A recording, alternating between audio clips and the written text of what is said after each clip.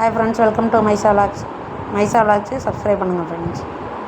வாங்க ஃப்ரெண்ட்ஸ், வீடியோக்குள்ளே போவோம். ஃப்ரெண்ட்ஸ், இன்றைக்கி என்ன வீடியோன்னு பார்த்தீங்கன்னா, இன்றைக்கி சாயந்தரமாக சித்தப்பா தோட்டத்தில் களை எடுத்துகிட்டு இருந்தாங்க ஃப்ரெண்ட்ஸ். அங்கே தான் போனோம்.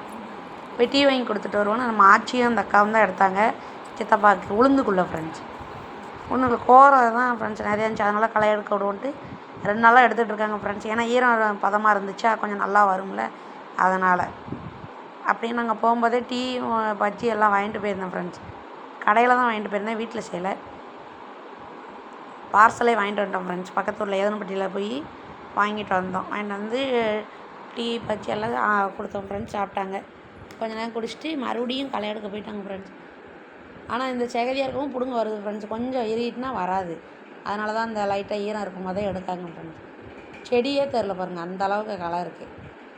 உளுந்துக்குள்ளே பாதி மட்டும் எடுக்க போகிறாங்க ஃப்ரெண்ட்ஸ். பாதி வந்து உளுந்து சரியாது இல்லையா, அதனால் மருந்து அடிச்சிடுன்னு சொல்லிட்டு இந்த நல்லா இருக்கிற இடத்துல மட்டும் எடுத்து விடுவோன்னு எடுத்துகிட்டு இருக்காங்க.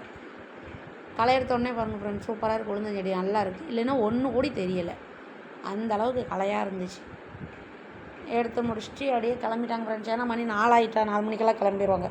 9 மணிலேருந்து எடுக்காங்க ஃப்ரெண்ட்ஸ். அதனால் அவ்வளோதான் எடுக்க முடியும். 4 மணியோட டைம் முடிஞ்சு. நம்ம உள்ளூரங்கிட்டி 4 மணி வரைக்கும் இருக்குங்க. வெளியூர்னால் 2 மணி 1:30க்கெல்லாம் கிளம்பிடுவாங்க.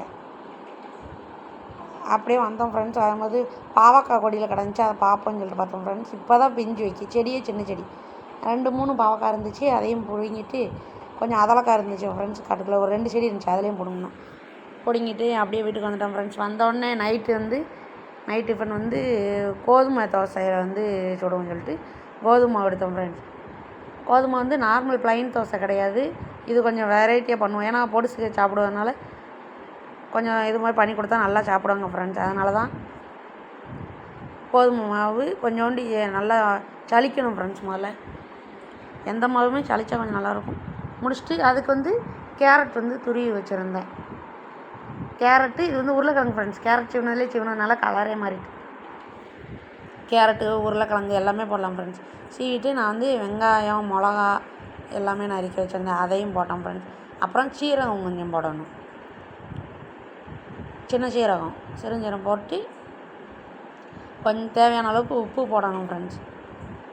சீரகம் உப்பு எல்லாமே போட்டு நல்லா மிக்ஸ் பண்ணணும் ஃப்ரெண்ட்ஸ். தண்ணி ஊற்றி தோசை மாவு பதத்துக்கு நல்லா கரைச்சிக்கிறணும் ஃபஸ்ட்டு. இது வந்து கேரட்டு இதெல்லாம் தனியாக வச்சு கொடுத்தா சாப்பிட மாட்டேங்காங்க ஃப்ரெண்ட்ஸ். அதனால் இப்படி வச்சா சாப்பிடுவாங்க, அதுக்கு தான் இப்படி வைக்கிறது. ஏன்னா இதுனா தோசையில் தெரியாத அது சாப்பிட்றாங்க. கொஞ்சம் நான்ஸ்டிக்கில் சுட்டோம்னா கொஞ்சம் மொறுன்னு இருக்குமோ, அதனால் சூப்பராக சாப்பிட்ருவாங்க ஃப்ரெண்ட்ஸ். ஆனால் 2 தோசை தான் சாப்பிட முடியும், ஏன்னா இதே ஃபுல்லாக இருக்கும். தேவையான அளவுக்கு உப்பு போட்டு கொஞ்சம் தண்ணி ஊற்றி லைட்டாக நல்லா மிக்ஸ் பண்ணணும் ஃப்ரெண்ட்ஸ். கொஞ்சம் கொஞ்சமாக மிக்ஸ் பண்ணணும், ஏன்னா தண்ணி ரொம்ப ஆயிடுச்சுன்னா வராது தோசை. ஏன்னா கேரட்லேயும் தண்ணி இருக்குமோ, அதனால் நல்லா மிக்ஸ் பண்ணணும் ஃப்ரெண்ட்ஸ். நல்லா மிக்ஸ் பண்ணி முடிச்சுட்டு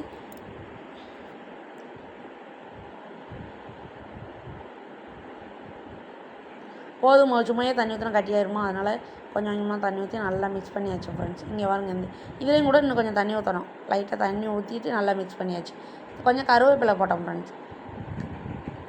கருவேப்பிலையும் நல்லா தானே, இது வந்து தோசையில் இருக்கிறனால தெரியாது, அவங்க எப்படியும் சாப்பிட்ருவாங்க. அதனால் கொஞ்சம் கருவேப்பிலை முருங்கைக்கீரையும் போடலாம் ஃப்ரெண்ட்ஸ். நான் நைட்டு வைக்கிறதுனால தான் முருங்கைக்கீரை போடலை, இல்லைன்னா முருங்கைக்கீரை போடலாம். அப்படியே சாப்பிட வந்துட்டோம் ஃப்ரெண்ட்ஸ். இந்த தோசை வச்சு பூண்டு சட்னி வச்சுருந்தோம் ஃப்ரெண்ட்ஸு. பூண்டு சட்னியும் தேங்காய் சட்னியும். பூண்டு சட்னி மட்டும் சீக்கிரம் காலியாகிடுச்சு, தேங்காய் சட்னி அப்படியே இருக்குது. பாப்பாட்ட எல்லாருமே சாப்பிட்டு நம்ம சித்தப்பா எல்லாம். ஓகே ஃப்ரெண்ட்ஸ், பாய். நெக்ஸ்ட் வீடியோவில் பார்ப்போம்.